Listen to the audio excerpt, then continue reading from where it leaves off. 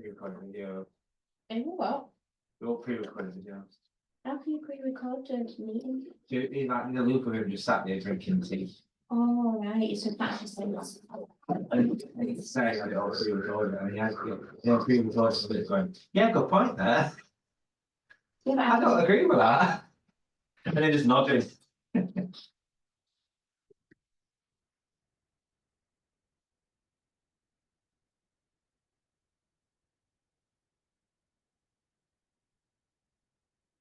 Huge.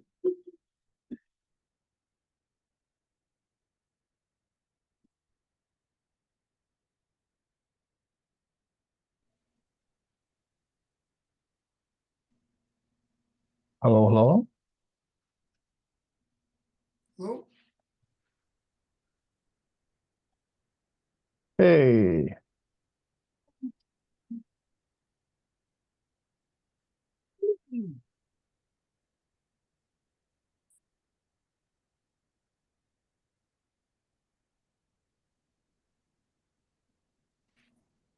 I got audio, guys?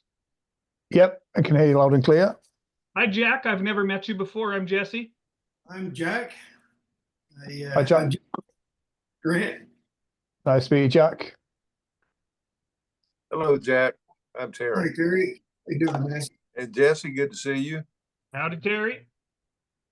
Well, hello, Grant. How are you, Terry? I'm better than I deserve. I didn't get the memo about the Christmas jumpers though, Jesse. I feel underdressed now. Oh, the Christmas sweat. Oh, my. I need to go all underdressed here. I wear it all year long. My wife gets mad at me. So, is everybody doing a lot of Christmas shows? Had 2 this weekend. They were good. Corporate. Actually, one was a fundraiser. But yeah, great shows. Life is good. I had, Jack? I'm Norman New Guy, so I haven't done anything yet at all. I'm just learning, and I came here to learn from the pros. What was your profession before, Jack? I was a police officer. Oh, thank you. oh, Yeah. let me just change my name quickly in the chat. Yeah, no, I retired after 30. I've been retired for 12 years, but like I mentioned a couple of meetings ago when we were talking with Richard Cole that I met you years ago. I didn't meet you. I saw your show years ago in Owen Sound at the Holiday Inn. That was back probably 1979. Wow. Wow. I was just a kid. I know you're quite young back then. Let's put it that way. I still am. I just don't look it anymore. Yeah. Owen Sound, man, that was I had a girlfriend. I met a girl there. Never mind. I'm not going to tell you because she might be your wife. Well, my wife's 6 years younger than that, so she would have been a baby when you were out there. Oh, okay. Yeah. All right. No, there was a lady there that did. She had an exercise program on the local TV station. Beautiful young blonde. Do you by any chance remember her TV show? It's when the Jane Fonda thing was the exercise video was. She had an exercise program and she led the exercises. And she. Do you remember her name? No. Ask me if I remember her bra size. Yes, I do. We don't have any ladies in here yet for me to offend, so I'll. Oh, well, No. are you going to be at performing stage summit there at January? I will be there. I won't be performing there. Nobody's asked me to perform in a long time. Actually, I got an offer yesterday to go to do Calgary. Oh, not wow. not the Stampede, a holiday party in Calgary, and I didn't really want to do it. So I gave him I said, yeah, okay, I'll do it for I gave them a big price, knowing they wouldn't take it. And damn it, I think they're going to. And I don't really want to go, but Well, Terry, I'm in Saskatchewan. I'm only like 6 hours away from Calgary, just so you know. okay. And I drive out there all the time. Jesse, if you know what, let me make a note of that. Where are you? I'm in Outlook, Saskatchewan, over by Saskatoon. So If they don't take it, I will absolutely recommend you, and I'll tell them that you'll do it for half of what I would, which trust me, still will be a big number. okay, All right. that works. That works. No, I told them I would. It's just us. I told them I would do it for 10,000. Okay. Yeah, I'll my tell 'em- normal rate here is 42. So Okay. that's still So above you- my normal rate. So if I tell them that you'll do for half, and it's for a 1 hour show, you'll get at least 5. Okay, Nice. that works for me. Okay. So I should hear back in the next day or two. So, but I don't expect that they'll take it because it's not an international corporation that has that big of a budget. It's a single company. You know what's weird? But they may. I don't know. I worked in an insurance and- company with only 25 people in the audience on Sunday, and they gave me $3,600 for a That's 25-person show. Like, Yeah. people think that they don't have these budgets, but realistically, $100 a head for a holiday party for entertainment is about Yep. right. So, depending on what it is, right?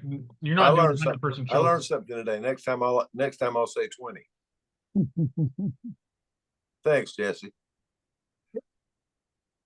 I must admit, I had a really challenging one. Reason why I'm not a big fan of Christmas parties, but yeah, it was one of those that the performance area and where they were, the room was kind of ajar.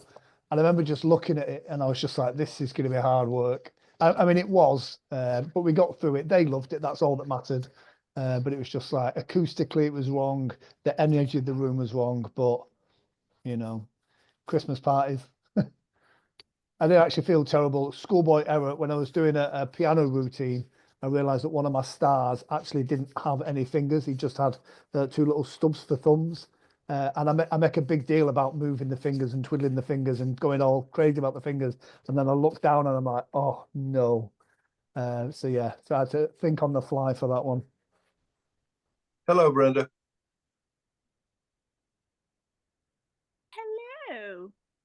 Hello. It's nice to have a beautiful lady in the room finally. Oh, so sweet. Thanks. And somebody else is trying to come in. Oh, hi. Hello, Hi Hey, there. Tracy, how are you? doing good. Good, good. We've just been talking about Christmas parties, about the parties they've been doing, and I found out I have not been asking enough. Jack taught me something here today. But then that was a good number 20 years ago when I was actually doing them, Jack. But so, Brenda, are you ladies doing a lot of Christmas parties? Not me. I'm busy on the cruise ships right now. Oh, I'm yeah. just home between ships. Oh, welcome home. Thanks. Let's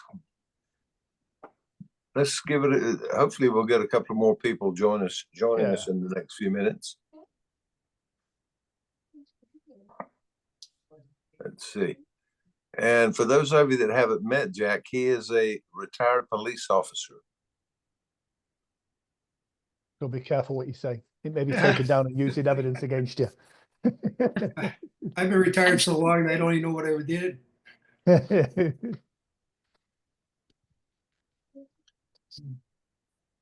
I must admit, I did use the frustration with Zoom routine last week, which was it wasn't brilliant, but it was funny and it got the reaction that I wanted it to get. So I quite like that. It's always nice to throw something a little bit different. Are you guys putting Christmas? have you come up with any brilliant ideas for Christmas for holiday routines, or do you not worry about doing that? In Canada, our postal service is on strike, so I've incorporated the elves are on strike, and the volunteers are really, really pissed off. So it works. Oh, that's a beautiful idea, Mm. and especially if you wear that sweater on stage. Yeah. Some days.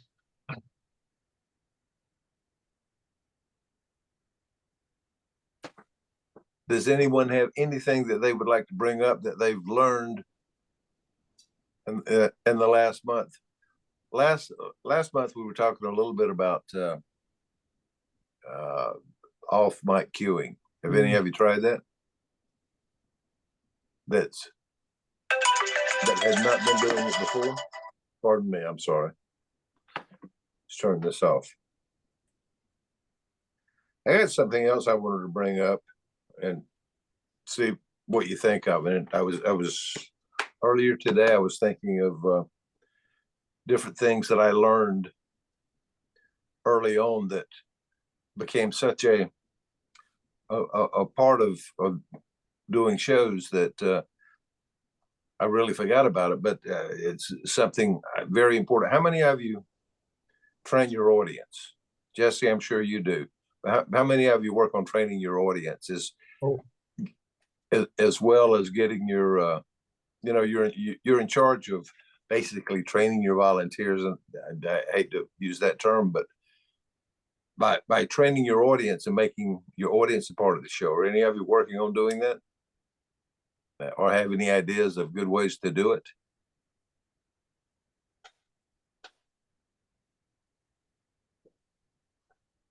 So I do it a couple ways, and actually I just watched Brenda's pre-talk. She does it a couple ways too. One of the ways you get interaction, right? Right after COVID, I noticed that applause was way down and just general interaction was way down because they were so used to just the screen in front of them all the time.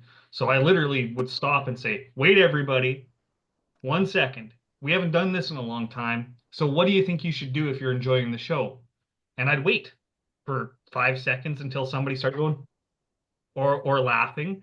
And it really brought it up back into the live interaction thing again. One of the things I've been doing for years, which isn't hypnosis, but I call it an icebreaker, is I get a volunteer to come up and stand beside me, and I get them to put their hands out like this and then like this. And instead of doing anything hypnotic, I just get them to do this. And I make everybody in the whole audience do that. And then I stop and say, well, if you're worried about looking foolish, you don't have to worry anymore, because now I've made you all milk gigantic cows, gigantic invisible cows. And it's just an icebreaker, and getting any involvement is the key, right? And is it funny? For some people, for others, not really, but it works. Let me throw an idea out to you, and you guys see what you think about it. My first skit, every show has to have the audience involved, because if you think about it, we told them to be quiet for a minute, or most people do, be quiet while I'm doing the induction, and never really bother to tell them, okay, now it's time to have some fun. So the first bit, I always make somebody a celebrity, and it's got to be a simple bit so that all they have to do is stand up when they hear applause. Point to the audience, they start applauding, something happens. Somebody is Burt Reynolds, or that was in my day. Today, there's someone, a big celebrity, and then have them sign the autographs. So you're basically training the audience. I clap, I laugh, I get a response. They're the ones doing it. You're training the audience to be a part of the show by doing that. Or anytime someone in the audience, another bit that I would use to have the audience be a participant in the show is, I would tell one person, anytime you see anybody leave, you'll jump up out of your chair, run, get them, bring them back. There's no walking out of this show. Bring them back and set them down. And especially at a fair where people are in and out all the time, that's a funny bit. But the idea being teaching your audience that they can do something to get a response from the people, so they're not just watching. I love what you were talking about, Jesse, but just wondering what kind of stuff, Brenda, I know you do all kind of things to get your audience involved. Well, share some of your ideas on that idea. So I do something similar with you. In my first routine, I make somebody the applause lady. So I'm giving the individual suggestions. I usually give 3. Beautiful. And then the last person I say, anytime you hear applause from the audience, you'll stand up, you'll want to take a bow. And then because you believe that all of this applause, and I'll gesture to the audience, is for you. And then I'll give this, to get the audience to applaud, so that every time they applaud, the person stands up. And so it does get a reaction. And then I'll also say things like, to the audience, the louder you are, the more fun they have, or the crazier they get. Beautiful. So that the audience is in control of the volunteers to that That's degree. right. Well, you're basically training your audience to have fun, because they don't know that they're supposed to. They don't know if they're just supposed to sit there and be amazed, or if it's okay for them to actually participate. Mm-hmm. And I will say, after the induction, I'll say it is now okay for you to make as much noise as you want. So let's really get them going with a thunderous round of applause. okay, beautiful. Yeah. Yeah, I must say, I do something too. Once I've put them in for the kind of their first routine, I kind of signal to the audience and go, listen, whenever you see these guys back in this state, that's your cue to give them a massive round of applause, clap, cheer, whoop, make some noise, and then gesture. But the gesture for me is the training of the audience. I want, every time I get them applauding, that hand gesture goes out. So by the end of the show, I can just put the hand out and they're kind of there as well. And after every routine, it's always, and all the applause that you hear is just for you, which again, I'm pointing to the volunteers, but I'm signaling to the audience as well to just kind of make them get involved. The way I always look at it is, I always think of most of my bookers or managers aren't generally in the room, they're in the office of the venue somewhere nearby. I want that audience making loads and loads of noise. It doesn't matter what's going on stage. I want them to hear that noise and go, shit, this is a great show. We need to put this guy back again. And I think the audiences are in the same spot. If everyone else is clapping and cheering and whooping and making noise, they think they're having a great time as well. So that's how I try and create the energy. Do any of you work nightclubs? Nobody works nightclubs anymore. I do Okay. bars like twice a year. That's it, because they can't afford a proper show most of the time. Go for the door. You get way more anyway. One of the things that I used to run it, I did a lot of bars early in my career. People stopped drinking during the show. That became a problem for them. So club for an hour and a half, the club's not making any money. So the idea is to take any problem that you might run into and make it a part of the show, make it a bit. I would do 2 things. One, I would do toast time, and had a specialty drink called the Stiff and Rigid, and I had a big brandy sniffer. Another idea to keep the staff happy is get one of the waitresses on stage and tell her in advance, I'm going to send you right back to work. But before I do, I'm going to give you the suggestion that every time you get a tip of $2 or more, you'll come running to the stage and give it to me. Now, of course, I'll give it back to you at the end of the show, but I promise we'll triple your tips. All of a sudden, I've got the audience involved because they're calling her over to get drinks, to order a drink, so that they can tip her to watch her run on stage and give me her tip. And then at the end of the show, of course, we give it back, and she's usually, during that hour, she's made more than she normally does in an entire night. So then the next night we use another waitress for it, and it keeps the staff really happy, and always asking the owner, when are you going to bring Terry? When are you going to bring the hypnotist back? So what is normally a problem, it's always a great idea to be able to turn it around and turn it into a bit in the show and make it work.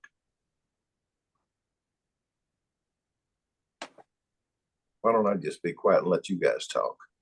I must be, yeah, I think that's a great routine. Just because of that, again, it's keeping the venue happy. It's keeping the audience happy. I like, sometimes, it's not often, if I do a theatre show, you've got the intermission. I like to give them suggestions during the intermission. And I think people love that sometimes more than the actual show, because you've got someone being like the world's greatest glass collector or the world's greatest this, that, and other, whilst they're in and amongst the people during the intermission. And because they're that far away from it, they love it. So like that waitress routine, they're within touching distance of the volunteers. So I think it's like the hypnosis equivalent of breaking the fourth wall. And I do think audiences like that, because it's so much closer to them. Grant, I was not aware that you did intermissions in your shows. I did them only in my concert shows. Yeah. Oh, yes. Yeah, so 3-hour show. Yeah, it's only for a big theatre show. So if it's a Yeah. theatre, I'll do two. But that is a beautiful idea. I did a similar thing, and having everyone on stage, I would also send them back, and the only language that they were speaking Chinese. Yeah. Don't send them to get the drinks, folks. It pisses the bartenders off. But yeah, everybody is talking. Yeah, that's a wonderful idea, Grant. Yeah, and again, there's a couple of like routines that just fire off just for that. A couple of them have changed over the years just because of how audiences have changed. I used to have people getting annoyed if anybody mentioned the word hypnosis, they'd get really annoyed and start swearing, but I don't so much do that now. If I've got like an old guy, I'll make him like the sexiest guy in the room. If anybody mentions X or says this to them, then he'll start kind of giving them a wink or blowing them a kiss and being a bit of a gigolo. And they're just very simple throwaway routines. But like you said, because people are in and amongst them and they love going over and talking to them then, because they feel as an audience, they've got some control. So they'll use the word hypnosis or use the word Grant.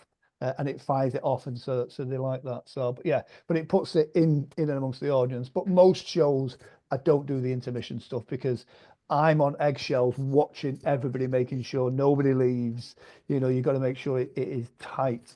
The stewards, again, on theatres know what to look out for as well to make sure nobody leaves, because the last thing I want is that to happen and then somebody leave the theatre. Grant, you just said the stewards? Stewards. What are the stewards? Stewards they're people that kind of work for the theatre. So their job is to show people where the seats are, make sure everyone's okay. So there'll generally be 2 by the front of the stage, 2 by the theatre entrance. Their job is to steward people, like assistants. I love the idea of the word steward as opposed to assistant. Yeah. That is fabulous. Yeah. So, okay, everybody agrees with me about the idea of getting the audience involved early in the show, and to kind of teach them that it's okay to have fun. I think that's why suggestibility tests are so popular. What? Like suggestibility tests, I think they're so good. And I know a lot of people are like, oh, you don't need to do this. And it means everybody gets a chance of doing something. They get to have gone to a hypnosis show and they go, oh my God, I couldn't pull my hands apart, or it was I hate magnetic fingers with a passion, but it's so effective and audiences love it. And it's like, oh, do you know what I mean? But I think I sometimes love that part of the show more than anything, because the whole audience is amazed at something and they go away by going, oh, I didn't volunteer because I didn't want to, but I couldn't believe it, this happened. And again, 200, 300, 400, 500, 600, however many people you've got in your audience, they're going away with this story of something amazing that happened to them whilst they were sat there. I didn't believe it before, but I couldn't pull my hands apart, so yeah, that's our best advertising, I think.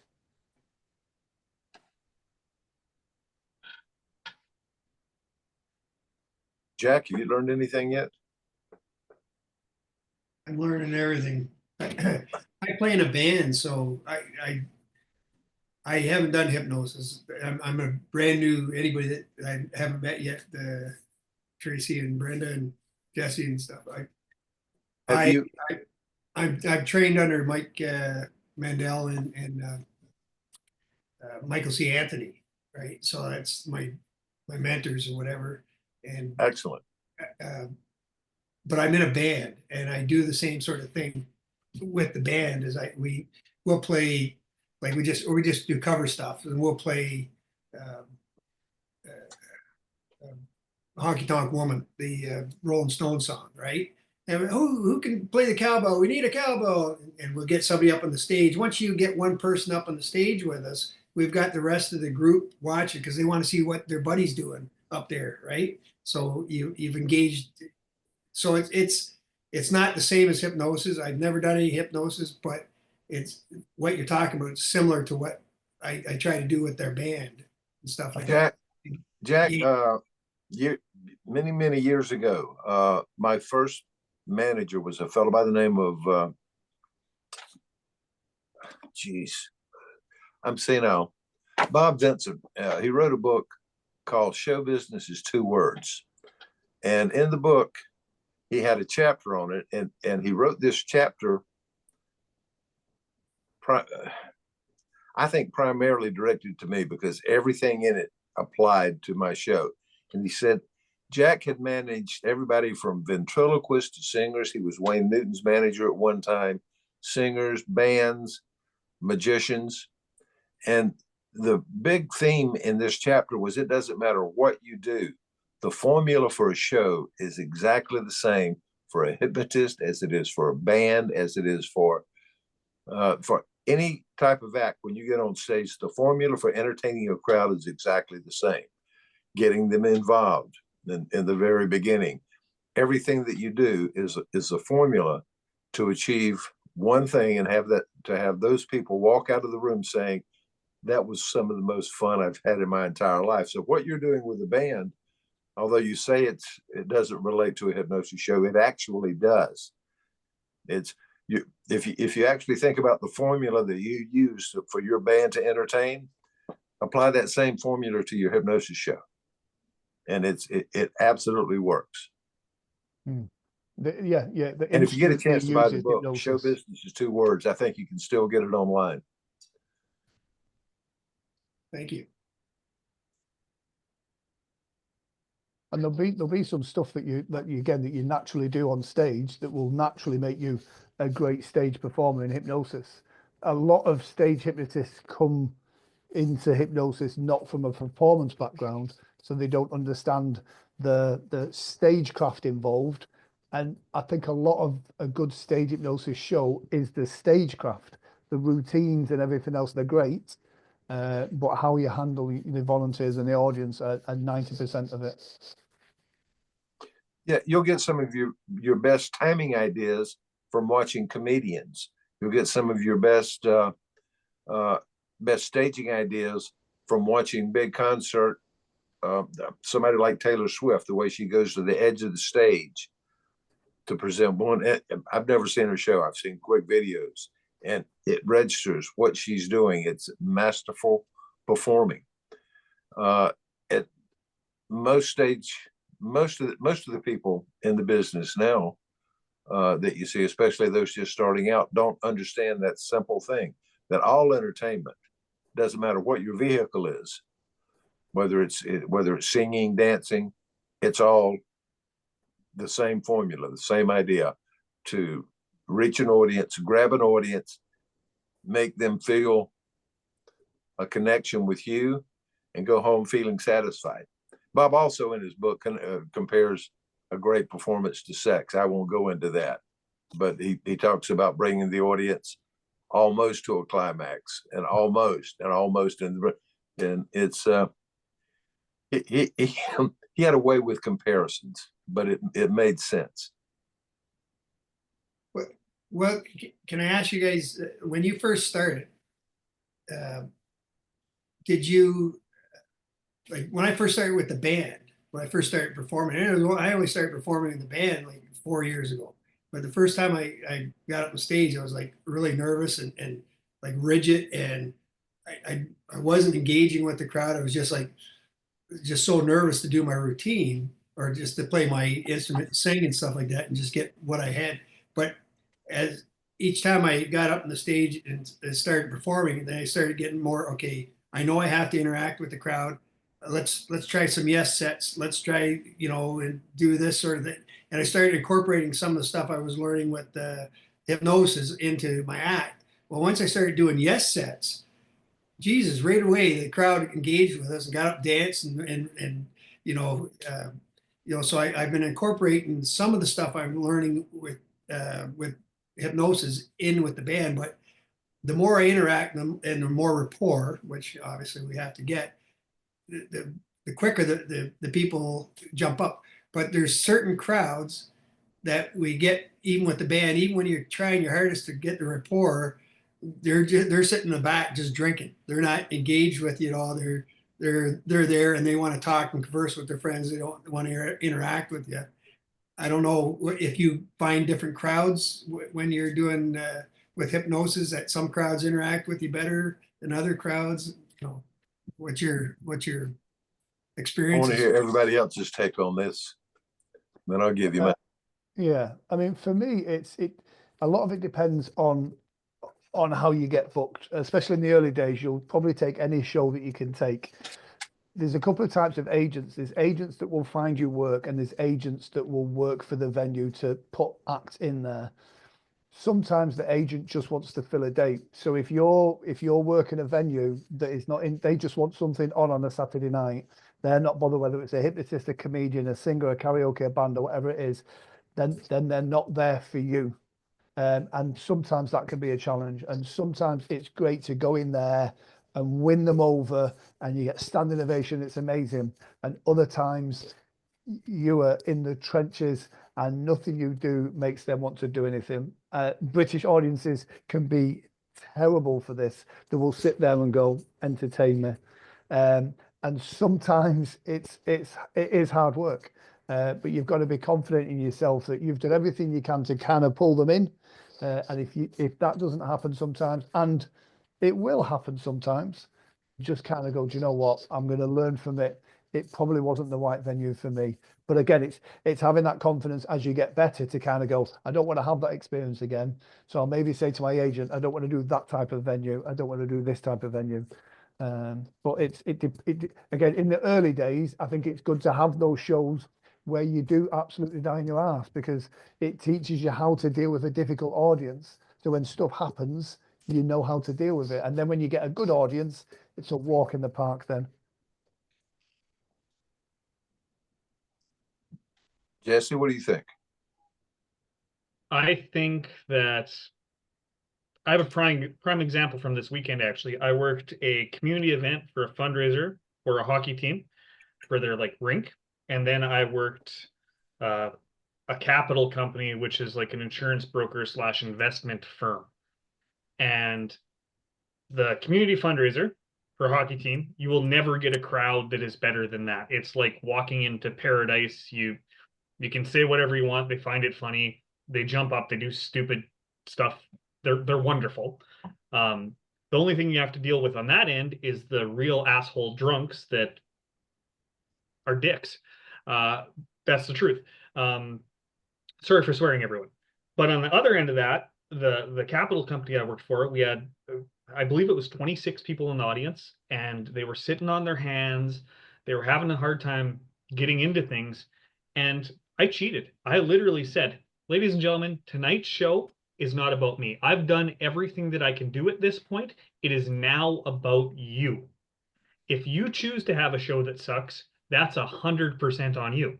If you choose to have a good time with me, then we're going to have a great time, but it's on you. So if you want to, you can get off your hands and we can have some fun, or you can sit there and I can go into my second option, which is stripping, and nobody wants that. And that immediately got a huge laugh. It broke the ice and it let them know that I'm not there to F around, for lack of a better term. I'm there to entertain, and you're paying me whether I hypnotize anybody or not. So let's do this. Yeah. And it might seem mean, but sometimes you have to do that. Sometimes your audience is that uptight that you have to say, hey, let's do this. Maybe it's a bad approach. That's good. Brilliant approach, Jesse. Brenda, I know you work thousands of audiences. What's your opinion on Jack's question? Yeah, so all audiences are different, but I think one general rule of thumb for me and watching other performers, be it bands or singers, just like Terry was saying, if you're having fun on stage, your audience is going to have fun. Like if you're smiling and laughing and having a good time, they're going to follow your lead. And I was nervous when I started to, because you're thinking about a million things and you're not really thinking about engaging the audience. You just want to remember your show.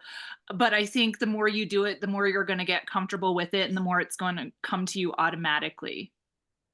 But just remember to have fun. You're a mirror. You're setting the tone for what you want the audience to do. Great advice. 100%. Throw in my 2 cents. God, there's so much I learned from Bob Vinson. One of the first things I remember telling Bob one night, that's a bad audience. And he sat me down. He said, listen to this. There is no such thing as a bad audience. You didn't read your audience right in order to know how to read them and to know how to reach them.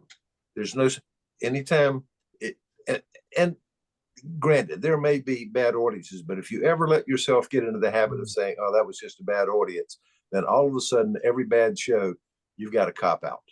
Bob used to tell me this story. Most of you have probably heard this about the shoe salesman that was sent to Africa. And 2 weeks later, he called and said, bring me home. Nobody here wants to buy shoes. They sent another salesman over and he called and said, send me all the shoes that you have. None of these people have shoes yet. It was all in his attitude.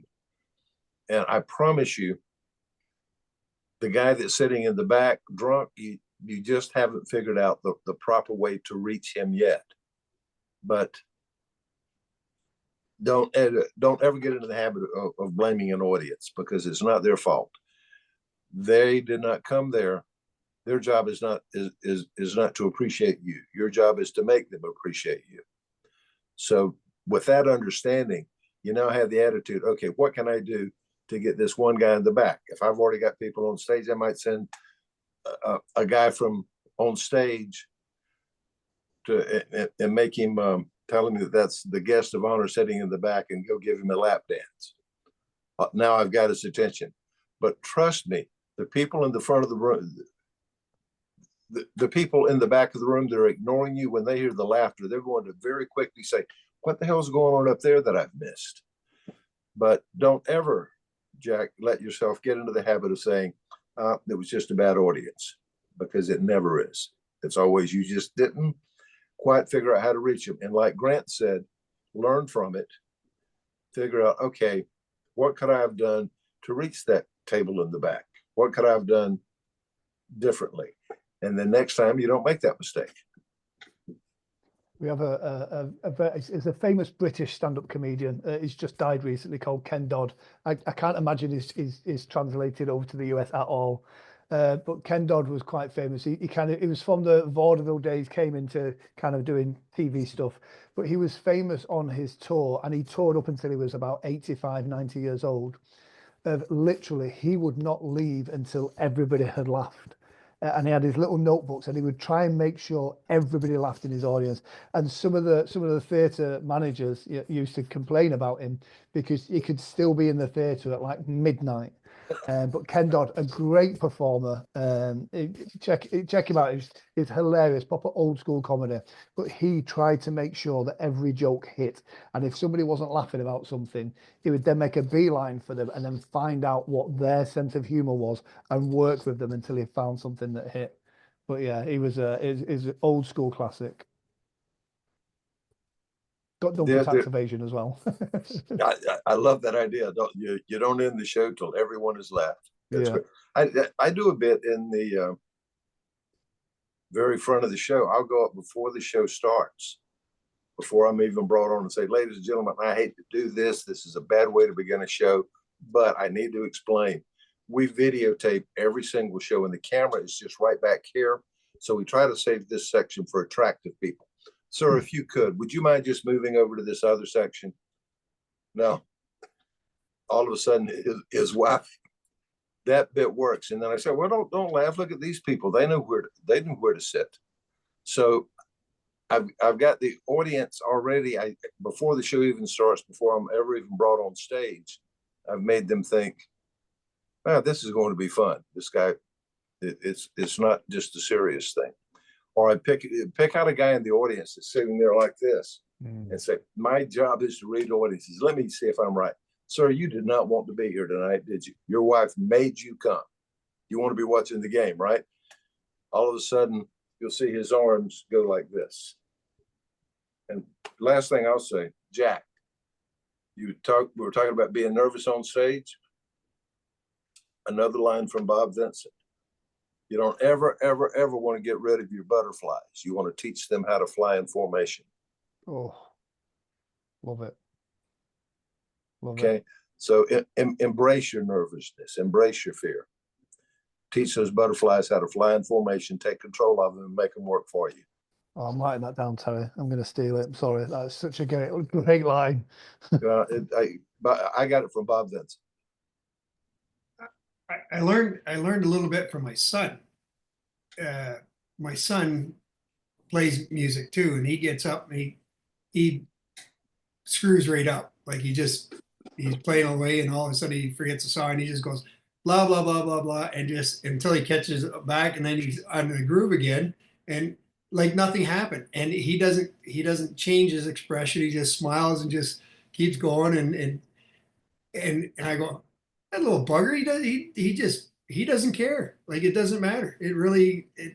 People forget. Like when I've learned over a little while that people, if you screw up and just keep flowing along, that's in the past. They'll forget about that, and they'll carry on with you as long as you're having a good time. Like you said, Brenda, as long as they're having a good time.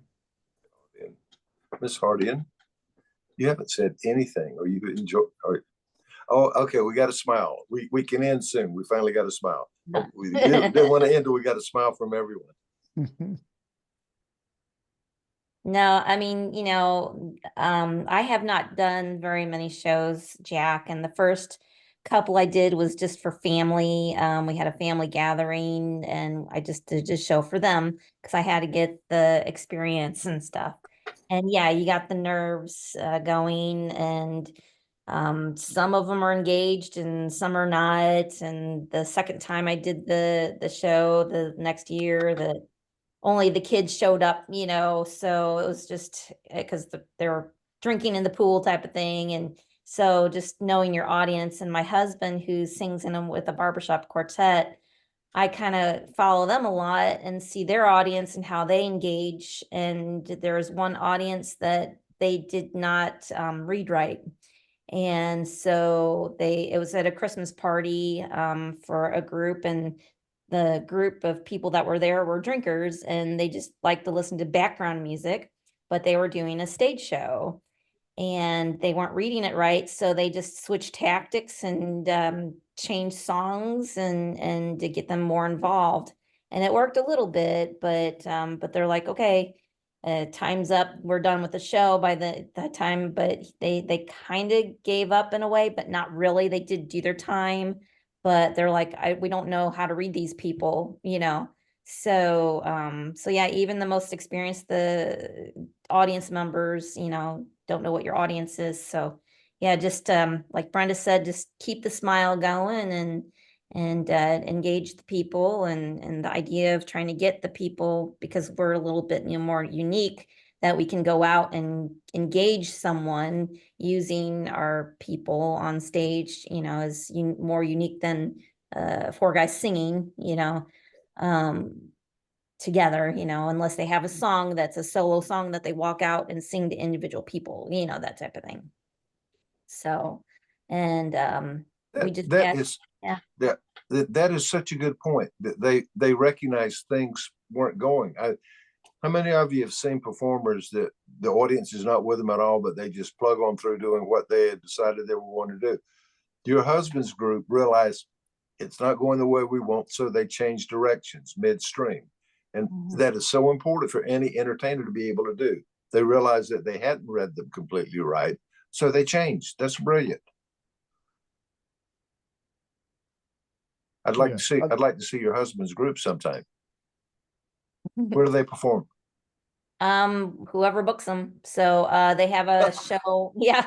I mean, you can find them on YouTube, you know, the different things, but yeah, if you book them, they'll come to you. But St. Louis area, they mostly are at. They don't go really anywhere else in the world because of some of them can't travel, you know, that type of thing. And Will they be, yeah. there's the conference in St. Louis in April. So I will be there. I think I'm doing a show there. I may get there early. So I love the reason I love barbershop quartets, and you never get to see them anyplace anymore. Mm. It's a fun kind of show. Well, we Yeah. don't know what they're going to be doing right now because one of the quartet members, you know, this is the scary thing that had happened on their show, their recent show this Saturday.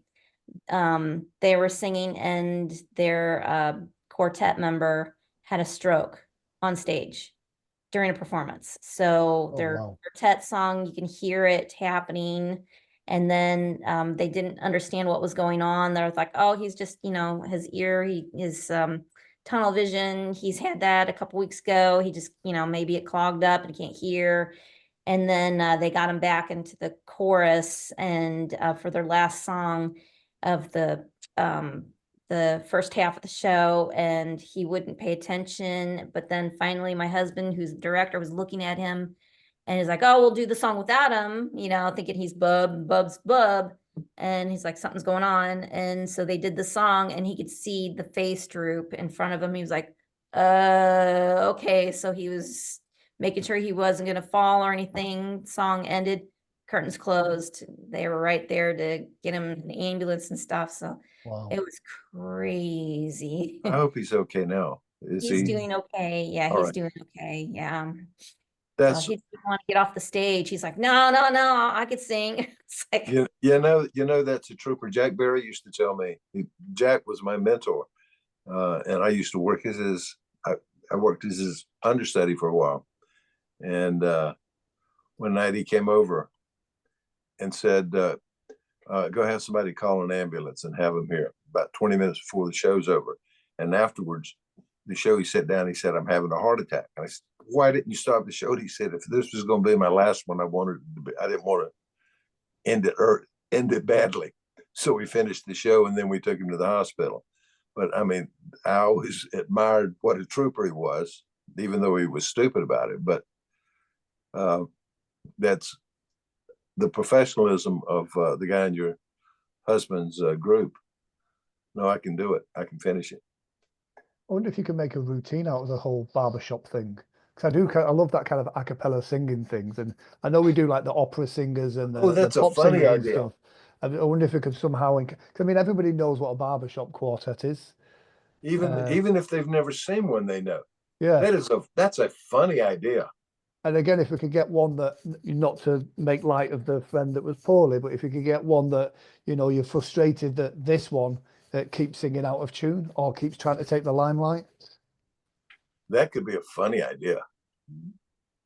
And have them do make a barbershop quartet doing a song that everybody knows. Mary Had a Little Lamb or Jingle Bells or something like that this time of year. You're the world's most famous barbershop quartet doing Jingle Bells. That could be a really funny bit. Yeah, especially keeping it like a simple song like that everybody knows. Happy birthday, Jingle Bells, you know. Oh, I quite love like that. Yeah. I may book some shows just so I can do those. That's a good idea.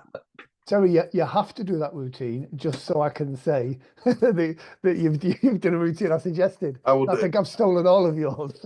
Okay, I will do that in April. Oh, that would be awesome. I'm really looking forward to that as well, to be fair, Terry.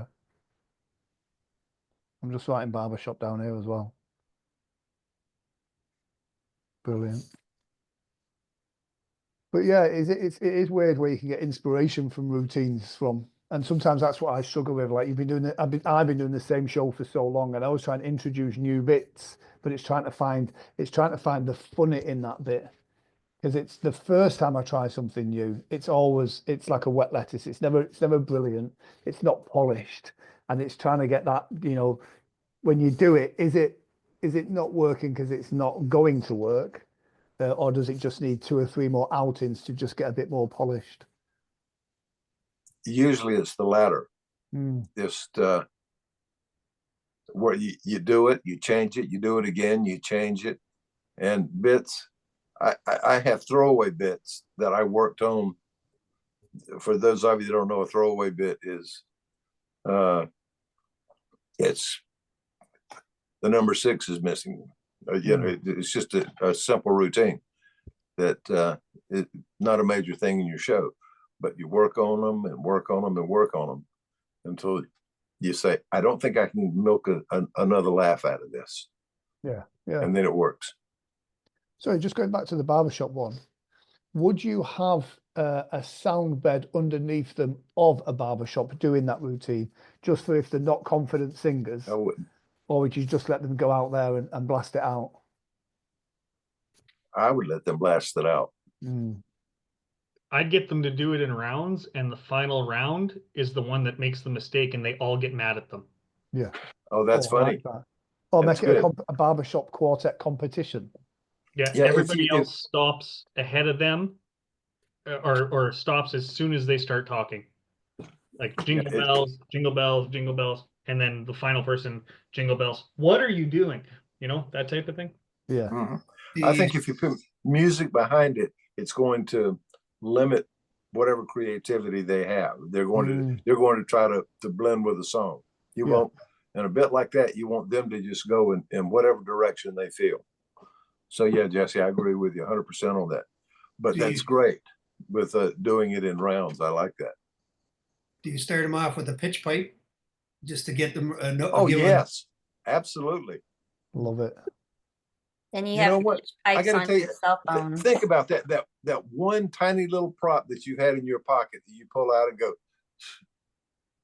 That is the topping right there. That one little quick idea, the pitch pipe. That makes the whole thing fit, makes the whole thing flow. I would have never thought of that. That's brilliant, Jack. Yeah. I don't think I've said hello to Nadine yet. Hi, Nadine. Hi, Terry. Hello, everybody. Hey, Nadine. Hey, I'm at an airport in Aruba. Oh, Yeah, I nice. just fly to Bermuda tomorrow for another ship. So, I feel lucky I caught the last half of this. It's a tough life, but someone's got to do it, right? Haha. Anyway, I want to. So. How long's the next leg of the flight? They're actually flying me through Toronto to go to Bermuda, because it's 2 separate cruise lines. One is a celebrity cruise, the other is a princess cruise. So, because there are 2 separate lines, I couldn't get them to work together. But I mean, it's all good. Complaints are 0. I'm very grateful. So, Good. We've had some interesting ideas today from everybody, actually. And we're coming. We still have about 15 minutes. Any other brilliant ideas or experiments that you tried? So there were some things that popped into my mind when we were talking about engaging the audience. And there's a few cues that would give me an idea how engaged the audience is before the show even starts. And that's with the pre-show music that I play. And I have in there Don't Stop Believing by Journey. And audiences that are into it are singing that song. So you can hear if they're singing, if they're having a good time, or there's like, you can make your hands clap. I think and there's a whole, so if I hear people clapping, I'm like, they're listening to the song, they're following the directions. This is going to be a fun audience. So those are fun ways. But then I saw a comedian, and he at the start of his show, and I think it's just a couple minutes before the show, he comes in and does like a little video and says, "Hey guys, blah, blah, blah, we're going to do a sing along." And so he does a video sing along to Sweet Caroline, right? Oh, Because wow. everybody Perfect. loves that song. And so he's playing the song, but he's engaging in the video. So he's on the stage before he's even on the stage. So people are warmed up, they're having fun before he even sees them live. And I thought that was brilliant. That is absolutely brilliant. Yeah. I used to do a thing before my shows in the video. It's not just there for comedy. I had 3 different types of comedy. I would have slapstick, slightly risque, and more of an intellectual video comedy.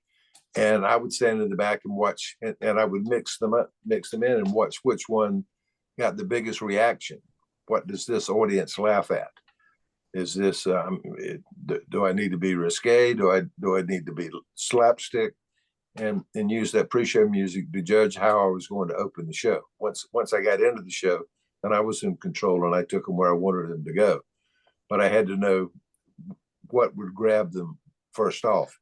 And I love the, in fact, when you mentioned it, I was still going, bum, bum, bum. You're right, Brenda. That is a brilliant idea. It's a great suggestibility test in and of itself. You know, all those shouting bomb, bomb, bomb. And when you said it, Brenda, as soon as you said it, I noticed Grant writing it down. I'm sure that's going to be his next step. Absolutely. I have a couple of routines that I encourage the audience to sing along. So I do the I've Had the Time of My Life from Dirty Dancing. And again, I get the audience to sing along to that. And I'll take the mic off and put it into the audience just because, like I said earlier, I want the audience making as much noise as possible, just so the management of the venue hears all this ruckus going on. But Sweet Caroline is another song that does exactly just like that. It gets them singing and chanting. Yeah, I've seen a comedian do the hokey pokey, and that's really cool because they're getting out of their seats doing the hokey pokey. And it's kind of like lets you know if your volunteers are, they're going to be the type that will also easily come out of their chairs too. Yeah. But hokey pokey always seems, now it seems a little bit like the younger demographic may not know it as well, but it's always really gone over well. Dave Nestor, Brenda, you know him. Yeah. Yeah, he does hokey pokey. Yeah. So actually, Terry, can I ask this might be off topic. I don't know if it's okay to ask. Sure. So now they're really hammering down on time on stage. And the last ship I was on, I had to be off the stage in 40 minutes. 40, not 1 second over, because they had the captain in some, in the officers on board on stage before my show. And sorry. Unattended baggage is subject to search, inspection, damage, and removal. Do not accept items or packages from unknown individuals. Sorry, guys. And the show went over well. Like I still had a moment to invite everybody to my seminar the next day and still had an opportunity to do all the things, but it just doesn't because our show builds. Do you have any advice on how to keep it strong when your routines are? My pre-talk was 3 minutes. My induction was 7 minutes. But it's still it feels so I'm barely able to get started. The only thing that I could suggest, Nadine, would be to cut down on the 2 things that you mentioned, your induction and your pre-talk. Pre-talk, maybe a minute. And it's not that difficult to do. I mean, when you're a minute, it's really, you get a lot of information out in a minute, considering most television commercials are 10 to 15 seconds. Most. Okay. There are some that go as long as a minute, and the induction, Like- I've always thought an induction should never be more than 3 minutes. I just don't. A lot of people think I'm wrong about that. I could be. No, I mean, I agree. Like, I use, I use, Longer than 3 minutes, you start to lose the audience, and then you've got to spend the first few minutes of your actual show getting their attention back.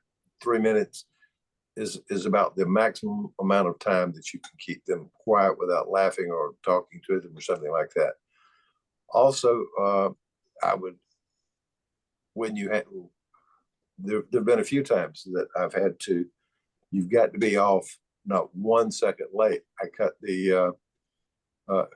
all the throwaways out, and I do just my major bits, and then close with the strongest one, which then you have time for your pitch for your seminar. okay, yeah. I There's mean, go ahead. I'm sorry. so I was trying to keep the induction down by having less chairs. So, you know, just 12 chairs. And it's kind of an Elman style induction. I felt like it's a bit faster. Oh, what's that, Jesse? It's the EKG by Jeff Ronning. Takes 3.5 minutes if you do it right. Cool. I Okay. don't even know Thank if it you. exists anymore for sale. Oh, I will see what I can do. amazing. Thank you. I would love to buy that. Thank you. Yes. What yeah. style of induction is it? It's basically an Elman with a hand drop included, and you count down from 100 yourself to 96, and you're done. You're sleep now, fractionate, go into your show. So, yeah. Amazing. And yeah, that's where I'll leave that. Thank you. That would be so helpful. Yeah, I mean, if you cut your if you do what Jesse said, if you cut your induction and your pre-talk down, you just added almost 7 minutes to your shows. You can do a lot in 7 minutes. Yeah, like, okay, my microphone's on, sorry. I've always prided myself on having a shorter pre-talk. And I always thought, you know, my pre-talk is nice and short. It's pretty tight. Like, I'm happy with it. But now I'm with all this new stuff in 40 minutes, and all this pressure. It's like, it doesn't feel short enough. And then my induction also definitely doesn't feel short enough. Yeah. And then once the show gets going, it's like, I feel like it's done before anything really, really, really builds. One of the hardest things that I keep going back to Bob Vinson and Jay Finley, one of the hardest things that they told me to do that I had to do was cutting down my pre-talk. And finally, Jay just mentioned to me, how much of that are you saying because you like saying it? And how much of it is the audience actually getting either a benefit or a laugh out of? And when I looked at it, about half of it was stuff that I just like saying that really didn't help the show at all. And when I actually looked at it and asked myself that question, I was able to cut my pre-talk down to 2 quick laughs and a 30-second explanation of what they're going to see. Okay. Are you doing a video intro or anything like that? I have one, yeah. It's 44 seconds. Dumb And question. then- Why don't you make that your whole pre-talk and just come out on stage and go right into your show? That's a good idea. Maybe. With that, not everybody pays attention to the video. Fair. It's true. In the video is just basically me dropping people, showing them like, I'm gonna drop you. But that's like, yeah, I mean, again, like in our mentorship, like I've been helping other people cut their pre-talks down without with still trying to keep their personalities in it. And now I'm kind of struggling with that myself. So I guess, but I appreciate that, Terry. And that's a really good note, is how much of what I'm saying is because I like to say it and how much of it is what they need to hear. And I think that's something that I can really re-examine. Hope I was able to help. Yeah, thank you. And Nadine, thank you for bringing up this point because I stress out even at 45 minutes. And I stress out I even was trying to channel you on my last show. I'm like, how do I cut down the pre-talk like Nadine? Like, but yeah, I can't figure out how to trim the fat. Just like Terry said, how much of it is what I want them to know or feel comfortable saying, and how much do they really need? Yeah, And well, now can you do a successful pre-talk without the suggestibility test? I think we can. I mean, now we just both have to channel Terry. Yeah, right. Yeah, and I think we can. Like, I've even figured out how to cut down my suggestibility test.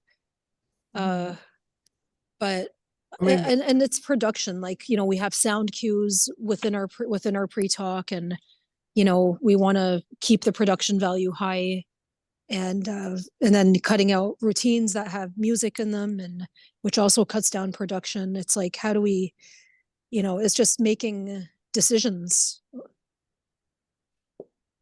How many Yeah. suggestibility tests are you doing, Nadine? Just one, and Just it's one. like 30 seconds, Oh, 45 okay. seconds, yeah.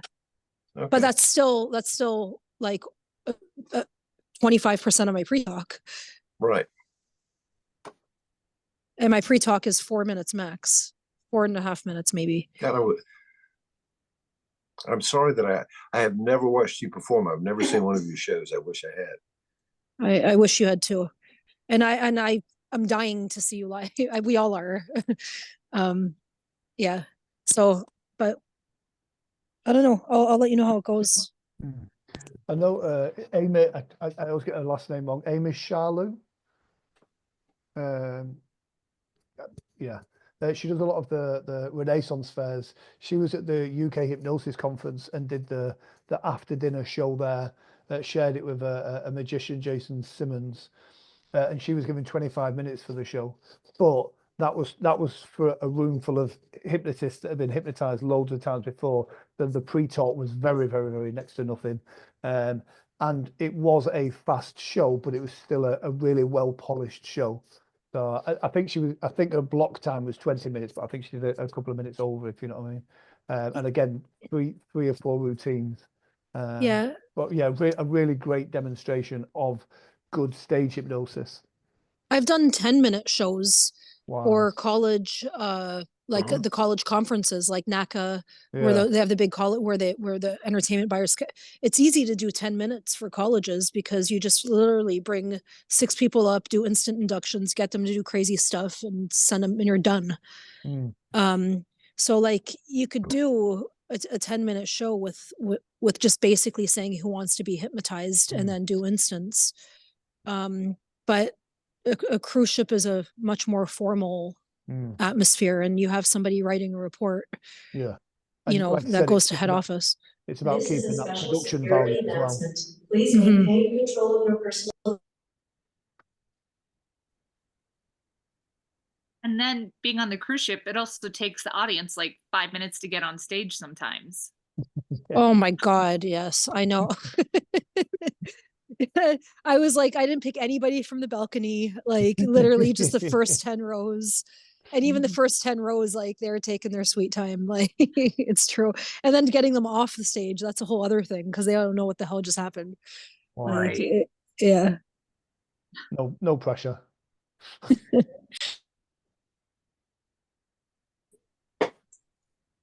Folks, we have been going right at an hour. But no, everybody, you're welcome to stick around for a little bit if you guys want to talk. I know possibly you just scheduled an hour of your time for this, so if you need to go, that's fine. If you'd like to stick around, or if anybody has anything they'd like to share or ask anyone else on the call today. But just to let you know, we've been going an hour, and if you need to leave, that's fine. If not, we'll continue to chat. Cool. I will say, guys, if you have found value in this, which I'm sure you have, I know I have, then please do drop a message in the group as well. Let other people know what a great experience these sessions are as well. So yeah, that's just a bit of a plug there. If you could just plug that in the group, that'd be awesome, guys. Nadine, what's the issues with like keeping the people?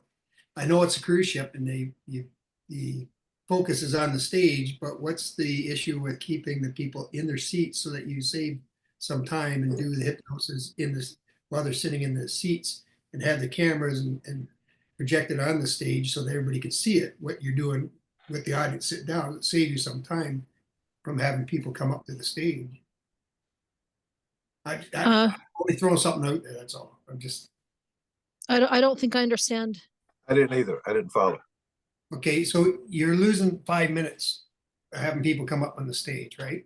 So have the cameras point to the audience in while they're sitting down, have a screen up on the stage so that the cameras, the video goes back to the screen so everybody can see the front stage, but hypnotize the people in their seats where they're sitting.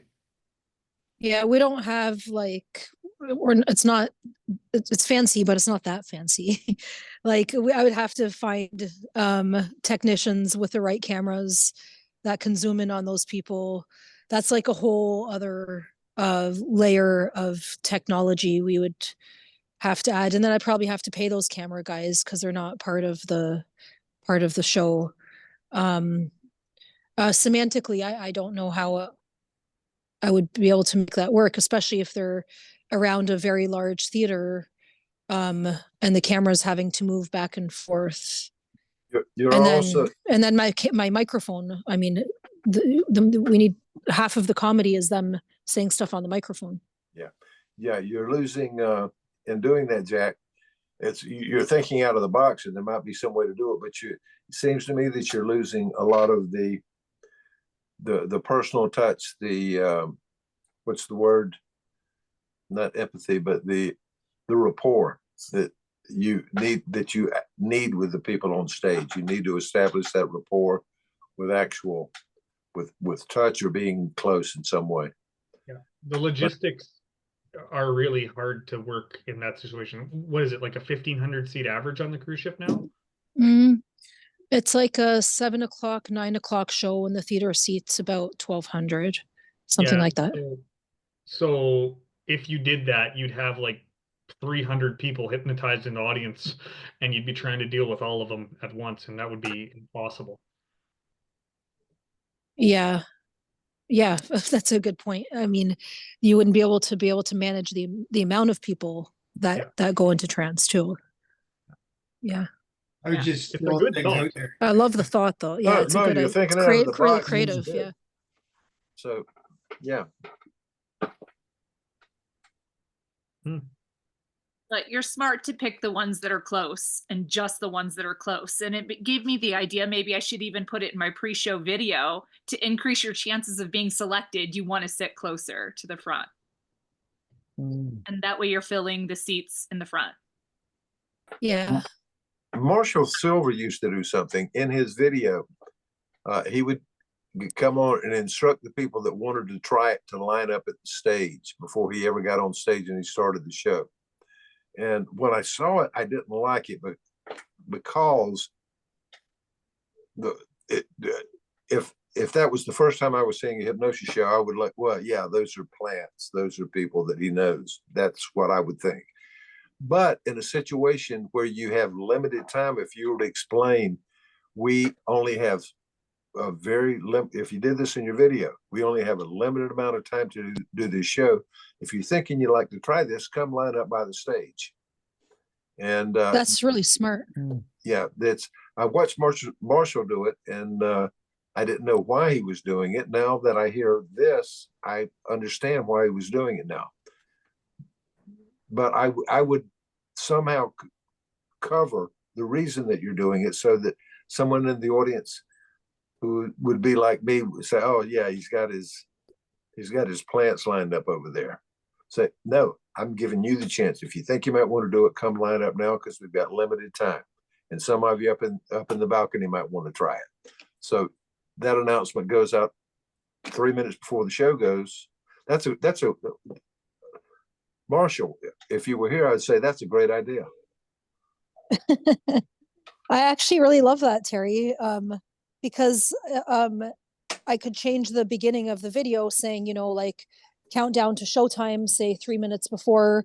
If you want to volunteer, you know, 6 people on each side of the stage, like, you know, come down to the side of the stage. I think that's really brilliant because that cuts not just the time it takes for them to get to the stage, but me saying like what kind of volunteers I want. Yeah. So that cuts probably another 20 seconds of my pre-talk. And it's Yeah. crazy because 20 seconds doesn't seem like a lot of time, but when you have 40 minutes, 20 seconds is a lot of time. It's a lot.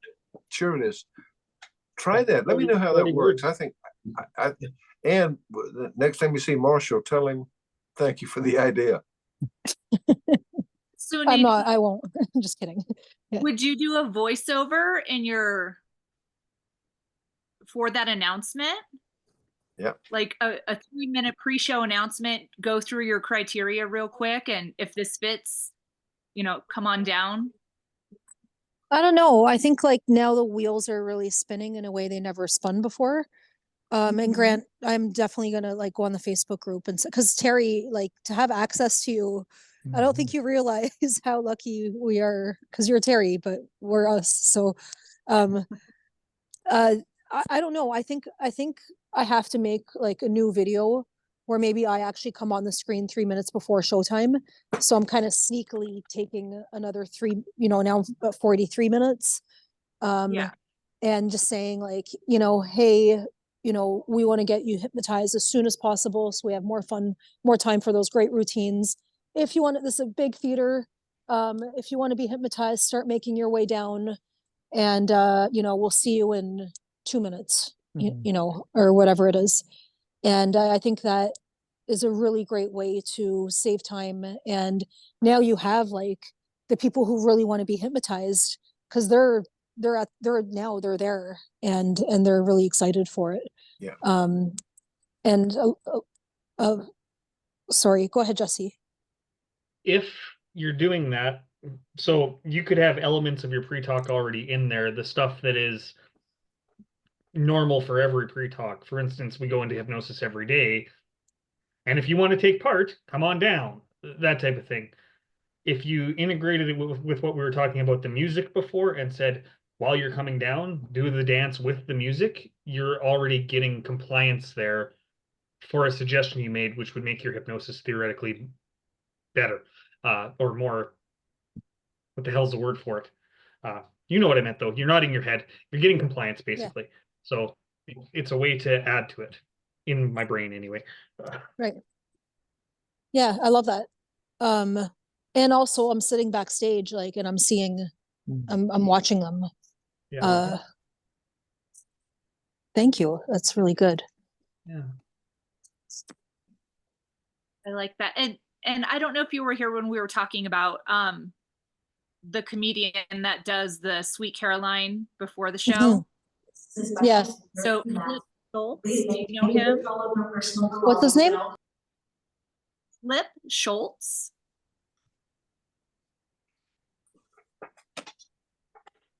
I'll send you his info, but he's the one that created that. And it's just like you said, he pops on, he does a little talk, he does the song and dance. Like, it's brilliant.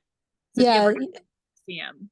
Yeah, David Nestor has him doing the hokey pokey, and then he walks on the stage doing the hokey pokey with them, turning himself around, and that's what it's all about. And then his show starts. And you have, you know, 60% of the audience standing up, having a good time.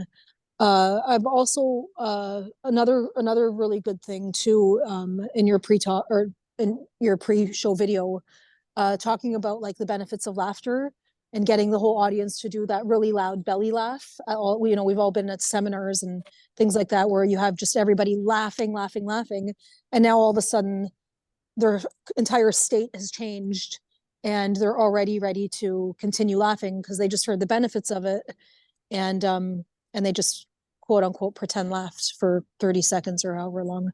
I think that would be another cool idea to start the show that way too. Yeah, for sure.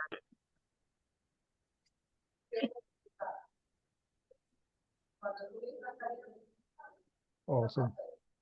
Love Yeah. it. This is, Yeah. thank you No, go ahead. guys for this brainstorming. Yeah. Yeah, I must Great. admit, I love to come away with like notes of like actually that's potentially a great routine. That's the way you can tweak that and make it. So yeah, selfishly, I love it.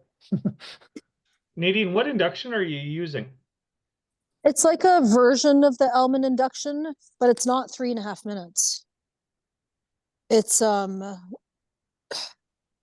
so basically like I talk about imagination, I quote Albert Einstein, and just talking about like imagination's more important than knowledge. Like let your imagination go there. And I tell them like they're poking their hand through the ceiling, they're feeling the Caribbean breeze. If it's raining, they're feeling the rain. If it's whatever outside it is, that's what they're feeling on their arm. And like some of them are doing this, some of, you know, I'm observing them.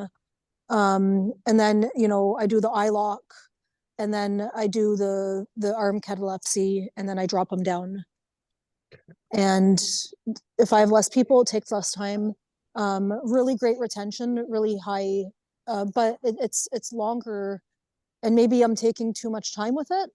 Maybe I should, maybe I could speed it up and take out a couple deep breaths in. So it's successful, but I'm sure I could cut it down. I'm just trying to, yeah. I don't know, Jesse, do you have any feedback or? No, I'm just wondering because I like to know these things. Yeah. So my induction is that it's been as little as a minute. Basically I get them to feel the focus on their foot, focus on their arm, and I get them, is it hot, is it cold, is it tingling, is it numb on the foot, then their arm. Then I go from that directly into a hand drop, not a hand catalepsy, but where they get them. In a moment, I'm going to touch your hand. I'm going to lift it up and drop it back down. I just want you to let it be like a loose limp noodle. Drop, done. And then I'm into the eye lock, and that literally is under a minute from start to finish. So, and once you have the eye lock, you fractionate them down from that with the drop from 100 down to 96, and soon enough you'll forget the number. And as long as you see their eyes twitching, generally they're where you need them to be with the eye lock, and that's where I move on from there. Generally I don't do 40-minute shows, I do 2-hour shows. So there is a difference, but I'm also a firm believer that the induction is part of the show that is absolutely essential, because we're telling that as a story of why this is happening.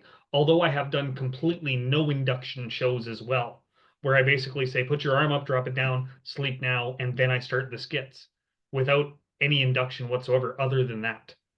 So Yeah, it's interesting that you do eye lock last. The reason Yeah. why I do eye lock before I drop them is for drama. Like I really try to be very dramatic. I bend down. I squat down so that way I make sure the audience can see all of their eyes. I'm not blocking anybody. And the people that are their eyebrows are going up and down, like I point at them, and I kind of make it as dramatic as I can. And then when I drop them down, it's kind of like another layer of drama before we get into the show. So I just try to, I don't know what is more effective either way in respect to getting them deeper, but that's the reason why I do it is not necessarily for depth, for testing, yes, but more for like a, you know, entertainment value, I guess. Just not right or wrong, just like you know, art is subjective. I don't think there is a right or wrong how we do these things. I really don't. Yeah, One of yeah, it's true. one of the funniest shows I have ever seen was in Canada. It was being done by a hypnotist by the name of Lachlan. I don't know if any of you remember him, but he had a bit of a drinking problem, and I was leaving Calgary, saw the sign that he was in a club, pulled the bus over, and went in to catch his show. And he came out. He was so drunk he forgot to do the induction altogether. He went right up to someone and did sleep. and I always tell this story whenever I'm telling people shorten the induction. It doesn't matter. It has to be long enough to be believable, but short enough not to lose the audience's attention. What you do doesn't matter. It's the audience, it's their expectation of what you're going to be able to do. And Lachlan, out of, I think he probably had 12 people on stage and he lost one. He didn't do an induction. And I talked to him after the show and I said, I've never seen that before. You didn't do an induction. He said, I didn't. He was just so drunk he forgot. But like you were saying, there's so many different ways to do it. But if you understand that what actually gets them under is their expectation that you're going to be able to do it. They don't know what technique you're going to use. If you pull one out of the air, it'll work. If you have the confidence to make it work. Actually, I've done one induction where I literally say, in a few moments, I'll say the word sleep now. I just want you to close your eyes. And when I count from 1 to 3, you'll open them. Open, close, open, close. And I did that about 10 times, took about a minute and a half, and just 1, 2, 3, sleep now. 1, 2, 3, sleep now. Basically just fractionating over and over again without anything else whatsoever. And I still was able to do the show with them. What got them was their expectation that you knew what you were doing. Yeah. That's all that's required. So with your video on that note, can you just have literally that to set it up? Does that make sense? To set your induction up so it is just 1, 2, 3, sleep now. That type of thing. It does. I feel like you do fractionation a lot faster than I do it. I would like, because I feel like fractionation. So I don't do fractionation in my induction, but what I do say is when I'm finishing and right before I, say, allowing your eyes to remain closed as I address the audience, I start the show. I say every time your eyes open and close, your relaxation doubles, which is a suggestion about fractionation. But I used to play around with inductions a lot. And I used to do one induction where it was just counting down from 10 to 1. In between counts, their eyes open and close. I do the auditory click in between counts. So I'm conditioning them to go deeper and deeper with the auditory click. And that worked really well, but it wasn't the shortest induction. So I would love to learn and see how, what you're doing differently, because I found fractionation is not that fast or that flashy. So instead of tying it to the eyes, why not tie it to the breath? Because the breath is forced. Well, it's so both. Every time you breathe in and out, you double your relaxation further and further down from this point forward. And they'll breathe naturally at a normal speed, and you'll tell them to breathe in and breathe out. And even when they're not being told to breathe in and breathe out, you're still fractionating them and compounding your suggestions. Well, there's also the suggestion with every breath you take and every beat of your heart, you're deeper and deeper relaxed. Yeah. Yeah. And I do those in the beginning, right as I'm ending my induction, I tie those together. Yeah. And there's the Jonathan Chase one, the deeper you go, the better you feel. The deeper you go. Yeah. Yeah. All the double binds. Yeah. Yeah. Just trying to interweave those throughout the show. But with a 40-minute show, I don't even say any of that. I just plow through it. Just go. Yeah. Yeah. Because I love the 90-minute, 2-hour show. Those are the best, because you can take your time, you can build, you can really play. And your personality really gets to come out as well. But yeah, I guess it's always learning. Take everything I say with a grain of salt, by the way. I work in the middle of bloody nowhere with non-fancy audiences in any way, shape, or form. So cruise ships are a bit fancier than what I'm used to. Yeah, but no, I'm learning a lot. Like, I would love to learn that, or it's just, Terry, what's your 3-minute induction? Like, what do you do? Progressive relaxation. Oh, okay, progressive.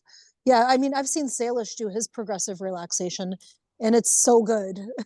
I was like, I had really low expectations, and when I saw him do it, I was like, wow, that was really easy. Smooth. I normally take 8 people on stage, and I will keep 7. And I'm not saying that's the right way to do it. That's always worked for me, so I never bothered to change. But there are some magnificent inductions. The only inductions that I don't like, that I see people do all the time, are instant inductions during a stage show, because 90% of the audience doesn't believe it. May I have your attention, That's why I say please? any induction should be just long enough to be believable, Mm. and short enough that you don't lose. Yeah, you don't lose their attention. So Yeah. other statements, comments, ideas?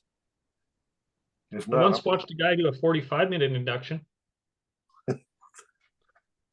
I'm Harry, not you even probably going know to, who he was. huh?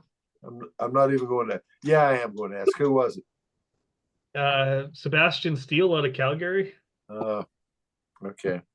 Yeah. A lot of times therapists who decide to start doing shows will use their therapeutic induction, and it's not entertaining at There's all. clouds and butterflies and a trip to the fucking Yeah, forest. I love the way that Anthony Cools introduces his. He says, folks, what you're going to see right now is one or two things. It's either the most boring 3 minutes of this entire show, or if you're interested in how it's done, it could be the most interesting. Depends on how close attention you pay. And so he sets them up, and his induction usually runs about 5 minutes, but he says it's 3. So everybody assumes that it is, but it's not. It's about 5. But I love the way he sets it up. He tells them this could be the most boring 3 minutes, but in order for the rest of it to be good, you guys need to be quiet for this 3 minutes. But it's, I think, a good setup for a short induction. Awesome. Guys, well, I've got another Zoom in about 10 minutes time, and I need to go for a toilet break. Okay, This no, has me been too. No, we've absolutely been going about an fantastic. hour and a half. This has been fun. Yeah, And we'll do it again next month and come up with some other ideas. we'll do it again next year. Ooh. Okay. Yep. Sorry to be that guy.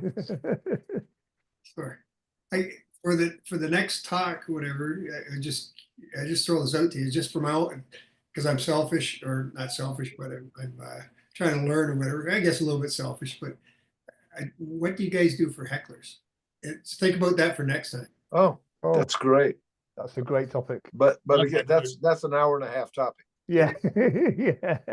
Because I haven't ran into any, and I know that I'm going to, and I'd love to learn how you deal with that. Yeah. There's That's a great there's topic. so many ways to handle them, and it every time it depends on the situation. But yeah, that, as a matter of fact, that's a great topic for next time. Cool. All right, guys. Thank you very much. Take care. Everyone, Jesse, Jack, Nadine, Brenda, guys good to later. see you. Grant, it's always a pleasure to see you, my friend. Always a pleasure. Bye bye. Nice meeting you. Good Thanks, guys. guys. See ya. See you later. See you later, Jack. See you later, Brandon. See you later, Nadine.